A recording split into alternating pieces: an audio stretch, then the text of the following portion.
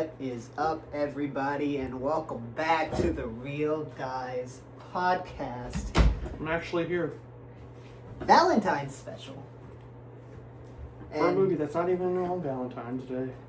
Well, we ran out of Valentine's movie considering we covered Hard Eyes and Valentine all last year. We never did the spoiler stream that we promised.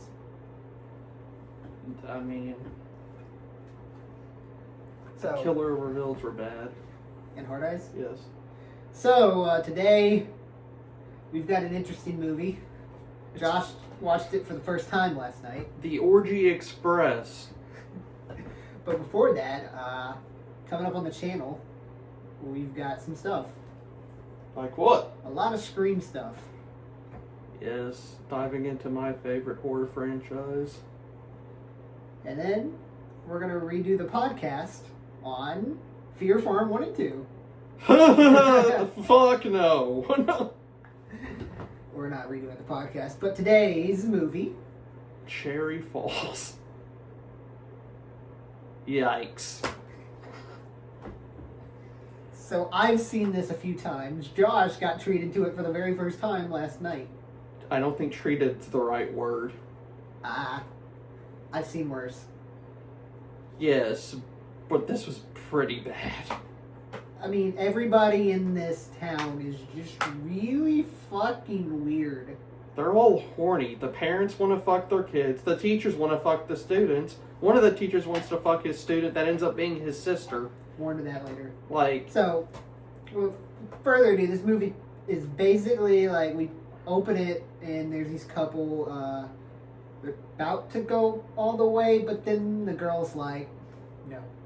nah, don't touch me. And then he's The guy- like, oh, I'm hey. sorry. Hey, at least the guy listens. Yes. He's like, oh, I'm sorry. And they just go back to doing what they were going to do anyway. And then he hears a noise on his car, and the killer attacks him, and she locks herself in the car, and I'm like, finally, someone is smart in a movie. And then he starts screaming, and she's like, I'll let you in, and the killer appears and attacks him, and that is your opening kill. We then pick up with Brittany Murphy, who plays the character of... Not to mention, the killer looks like a tall version of the Ring girl. of Jody. Jody and her boyfriend Kenny, who spells his name with 3 fucking N's! I mean, he was the best character out of this movie, and he didn't really do much. So we pick up with that character, and they're having sex, and then the mom shows up. Jody's mom shows up, and it's like, The mom wants to fuck the boyfriend and the daughter. she's being like really seductive. She's got a cigarette, and he's like, you shouldn't smoke, Jody's mom. And she's like, why don't you make me stop? And I'm just like, bro, he's like 16 years old in high school. Bro, this is a case. And then she kisses her daughter on the lips. This is a case. She kisses her daughter on the lips. The father kisses the daughter on the lips. And then they have like a little Joss Whedon from Justice League moment. Like, the mom shows up, and so they get Jody home, and then a couple more killings happen. One knocks on the door and it's like, hey, it's Laura Lee Sherman, is your mother home? And the kid's like, no. And she's like, can you open the door for me? And the kid's like, sure! Like, And so that kid gets fucked up. it's like, can you open the door? Sure. No! Like, no! Well, in this town, apparently everybody opens the door hoping they get laid. Okay, what would have happened if the character was smart and just didn't open the door? The main killer probably would have just screamed and ran through the damn window. What if the killer just went, never mind. You would think that, but then the parents get home and they went on a date night, and instead of noticing, hey, my front door is open, and my kid is home alone, they decide to, first of all, walk around the yard, check everything out, and then make out on the doorstep. And I'm like, how horny is this fucking town? Not to mention, they were drunk driving as well. That's, Like, but, like, this town has no rules, apparently. if you get home and your freaking front door is open and your kid is home alone, wouldn't your first instinct to be, oh, fuck! No, it's obviously, Make let's out with fuck! make out with my wife. It's obviously, let's fuck on the doorstep. Let's make out with my wife. And then And then we get go back to a training session between the dad and the daughter. This is the Joss Whedon Justice League moment. But before that, the kid that got murdered by the killer is found hanging from the chandelier, and then we get to an autopsy of her body, and then we find out, oh my God, he's killing virgins. But we'll get more to that in a minute. But we did cut to the dad and the daughter is he's training her because he's a cop, and then they end up on top of each other. And the they dad just looks look. and it's yeah, let's go. And imagine, I'm like, dude, that's your daughter. Imagine Flash and Wonder Woman from Joss Whedon's Justice League. That scene where Flash falls on top of her, it's the same thing. It's literally the same thing, but this one's hornier. Bro, what the hell are they putting in the water in that town? Inset? I don't know. I'm pretty sure this takes place in Alabama. They don't say it, but the way these parents are with their kids, it has to be I Alabama. thought it was Oregon. It has to be Alabama. I have no idea, but we cut to the school, and she meets the teacher, and she's wants to talk to him because her and Kenny broke up at the beginning because I think that whole conversation at the beginning was, hey, excuse me, we're gonna see other people. And so we get to the school, and the teacher is there, and he's having a conversation with the student, and it's really creepy. And then the student wants to fuck him for some reason. Yeah, but we cut back to the teacher is there's a noise, and so he goes and checks it out. There's nothing, and then we're okay, cool, the killer's there. We know the killer's there. But then the teacher is walking off, and she's well, I gotta go to this press conference because they're holding the press conference at the school for some reason.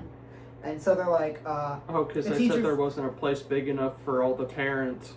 So the girl's can we talk again? And the teacher's of course, I'm your teacher, of course. And she's alone? And he's well, my response was, why? Just why? And so we then get to the teacher, and and then the student, it's supposed to be no students at the press conference, 2 students. It's Jody and her friend, who's the reporter, crashed the press conference, hiding sneaking into a window. And then the sheriff's well, they're killing virgins, so just have your sons and daughters lose their virginity and they're safe. And the parents are what? My question is, how did they know all the victims were virgins? And so the student, the student that's reporter is all right, I gotta go tell this to the entire student thing. So I guess he puts it in the paper, but then they find him dead in the classroom 2 minutes later, and the killer attacks, and Jody gets away. Yeah, it's just a little bit of a chase sequence, and then the police come and try to find the killer, but the killer somehow died and survived out of a second-story window into an alley with, I guess... There's a lot of illogical sequences in this movie. Then we cut to the students who have figured out what is going on, and their great idea that's Pulitzer Prize winning is an orgy. Definitely won them a Pulitzer Prize. I mean... I don't know I forget what a Pulitzer Prize goes to, but... Journalists. Definitely journalism if you gotta have an orgy. Yeah, right? I mean... Journalists are gonna hate me. What a great idea. But, so the students are planning, and they have every girl is trying to figure out which guy they want to go with, and then, and so that's a good 20 minutes of the film was dedicated to this orgy. Yeah, and you get Kenny with 3 N's wanting to go with the main chick. And so she goes to his house, and then they start to get it on. And she's let's lose it. And she's well, I want you to be with me. And so she storms off to her teacher's house. Meanwhile, her dad, Jody's dad, is on his own subplot of trying to track down Laura Lee Sherman. You'll find out more about that, but I'm not going to go into detail what they did to Laura Lee Sherman because I like having my YouTube channel. Okay, so the thing with Kenny and the main chick, when they were getting it on, she started putting her toe in his mouth, telling him to bite harder on it, and then slapping him with her other foot. And I guess to each his own, but I don't know, man. But then we get through that, and then some creepy shit. We get to the Laura Lee Sherman house. That's the side plot. What is this Laura Lee Sherman, and what does she have to do with the thing? And we find out later. Because the mom sort of tells the story, but leaves out a lot of key details, which is later filled in during the killer reveal that we'll get to in a minute. But which was stupid. I'm not going to go into detail what happened. Let's just say, we can say... Assault. assault. But, so we get to the part where Jodie is kind of mad at her boyfriend, and For no reason. yeah, and the dad got kidnapped. And we don't know what happened. We'll pick up with the dad in a little bit. But she goes to the teacher's house because guess he makes, I don't even know anymore. It looked like he was fucking a box. He's trying to get it out, and so she's like, I want to see you, teacher. And he's like, come on in. Can you help me put this box in the basement and come to my house and come to my basement? And she's like, let's go! Like, the way that it was shot, he was like crouched down, looking like he was about to fuck a box on his front porch. And so then we get to, and she's like, well, Mr. What's his name again? Mr. Sherman. We'll just call him that because I don't know his name. He's played by the comedian Jay Moore, so I forget his name, but she's like, what's in the box, Mr. Teacher, man? And he's like, huh, your dad! And then he just yeets the box and her down the stairs. Like, and then she opens the box, and it's her dad, and then boom, there's her killer. And then he starts putting makeup on. Oh yeah, he's been dressing as his mother, who was assaulted and hated him and never let him go. And you find out that Jodie's dad is his dad, and that they're siblings. And that's where that's where I was like, okay. And so then we have this entire killer sequence where he's got her tied up and he's dressing up and he makes the dad tell the story. And then, to save the day, Kenny! And, oh, God. Shows up, and he's, like, trying to impress him. He's like, is Jodie here? And the teacher's like, no. Well, her bike is there. No, it's not. No, it's not. And the teacher just is, like, aggressively pressing this man, like, oh, little Kenny, what are you going to do about it? And then he freaking decks the teacher and runs down the stairs and locks him out of his own house.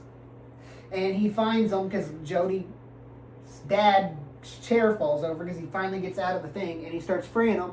And then the teacher grabs a freaking axe and axes the door down. It's his own. Oh my God. And that was the funny part. But we then cut to they escape and the teacher gets through and they knock him down again and they escape through the woods. And then you get this funny ass shot of the teacher with an axe just as loud as he can, just bloody murder screaming. Yeah, so he killed the dad, and then he puts an axe through somebody and can't get the axe out because he's the weakest killer of all time. So he just grabs his knife that he had in his belt and goes at it, and then they get stopped by the cops who are monitoring the orgy party instead of stopping it. Like, the cops are like, yes, we're security for this orgy. And so the cop's like, what are you doing? And they tell him who the killer is, and the cop's like, well, I gotta stand my post. I can't help you. And then he gets fucking split in half with a knife. That was the axe. That's when he got Oh, yeah. Yeah. So he put the axe through the dude's head and then couldn't get the axe out, so he goes, okay, I'll take my knife. And so then we get to the thing, and they're running through the party trying to stop it, and everybody's getting it on, and they're like, the killer is the teacher! And everybody's like, okay. And then they just continue the orgy, and then the teacher comes in and he just starts slashing. He goes, class dismissed. And then he just starts slashing people left and right. And so there's this big chase scene where nobody can get out of the house because they're all flooding the stairs, and they all start going over. And then, like, Jodie opens, like, a little cupboard and sees two people getting it on, and she's like, just stay there. Continue. I'm sorry. Like, so we then cut to... oh no, the funniest part was these two people getting on, the guy just pulls the covers over his head so the killer can't see him. And it worked! And so then they catch up, and the teacher goes to attack Jodie, and she remembers that her dad taught her a little thing where you grab the arm, twist, and throw like this, and she does that and yeets this man over the balcony. And so then one of the dumb characters, his entire character arc is he smokes pot, goes up to the killer, and they're like, get away from him, and he grabs him, and then this cop just shows up and unloads like 12 bullets into him. Bam, bam, bam, bam, bam, bam, bam, bam, bam. And that was the end of our killer. And so then after that, we then cut to the Jodie and her mom getting questioned by the police, and they're like, do you know why this would happen? Do you know anything? And they're like, And the lady cop, who was giving the daughter fuck me eyes, throughout the entire movie starts laughing and goes, like, good job lying to the cops. like, And so It wasn't then, the cops. She lied to the FBI. Oh, and so then, That's even worse. and they're like, well, thank you for cooperating. We'll see you again. And so then they're released, and then there's a bus stop, and there's like, so you think she sees Laura Lee Sherman at the bus stop. And so she looks, and then the yellow bus goes by, and she's gone. And then we cut to the waterfalls, which in CGI done fashion just turn red. And that is the end of Cherry Falls. This was abysmal. I don't Not know. the worst movie that I've seen, but not the best either. It's a fun little slasher that makes you question why you sent there to watch it. Now, what's your rating on this? All right, the rating system from 10 being Great. great to 1 being or to 0 being Insidious live show bad. Yes. I'm giving it 6.3. A 1.5. That bad? Yes. It was like, okay, so if you're a fan of incest, you'll love this movie.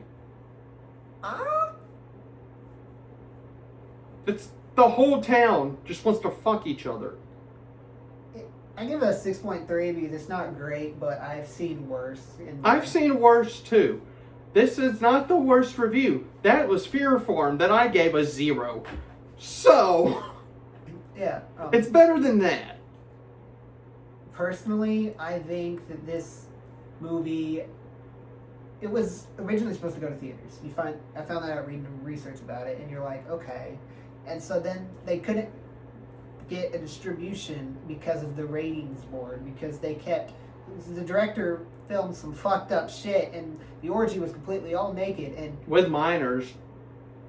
that isn't confirmed. I couldn't get a good source on that, but Okay, supposedly.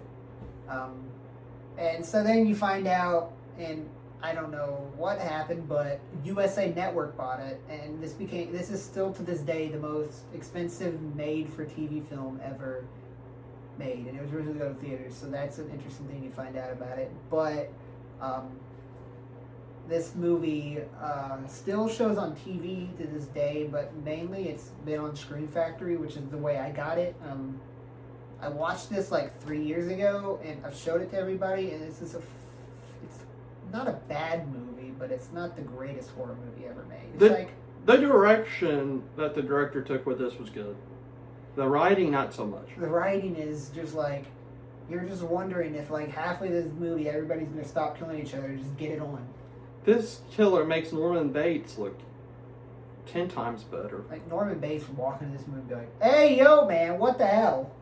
Like, But happy Valentine's Day. We're coming up on a whole year of the channel. yep. Podcast, I don't know how that's going to work yet. Figuring that out. I know we've got Scream and some other movies that we're going to look at. I would like to sit down and do a couple more reviews. We don't know what we're gonna do with Scream yet. Because it could be just us sitting down and giving you a commentary like we did for Jeepers Creepers and the other one. True. Then again, who knows? I'm pretty sure none of you want to watch Scream with us. But here again, we could do is we could sit down and just like we're doing for this, review every single movie and So. film. But this has been The Real Guys second Valentine's special. Last year we looked at Valentine's. Maybe one day we'll revisit that on the podcast. I wouldn't mind that. That was pretty good. I'm not going to sit here and promise you anything for Hard Eyes like I did last year because that never came to fruition. I don't know what we're going to do on the Valentine's episode next year considering we ran out of Valentine's movies. Right? Oh wait, we got My Bloody Valentine. I would like the remake. I would like to watch the remake if we did that. Also, we could do a comparison of the remake versus the original. I think the remake's better. That's me. The original is good. It's just very, very, very, very slow burn. I also like Jensen Ackles, so that might be the reason. I know we still need to do something with House of Wax.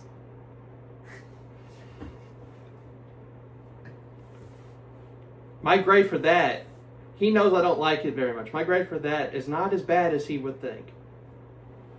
I personally think that nowadays people are actually giving it its flowers. This is one of the better remakes. That's all I'll say. Better than the original. I've never seen the original. I don't plan on seeing the original, so I'll just go with But the Jared Padalecki version, I guess. until then, I'm going to move to Cherry Falls and try to figure out the town. Good luck with that. Anyways, this has been the Real Guys Podcast. Reel it in.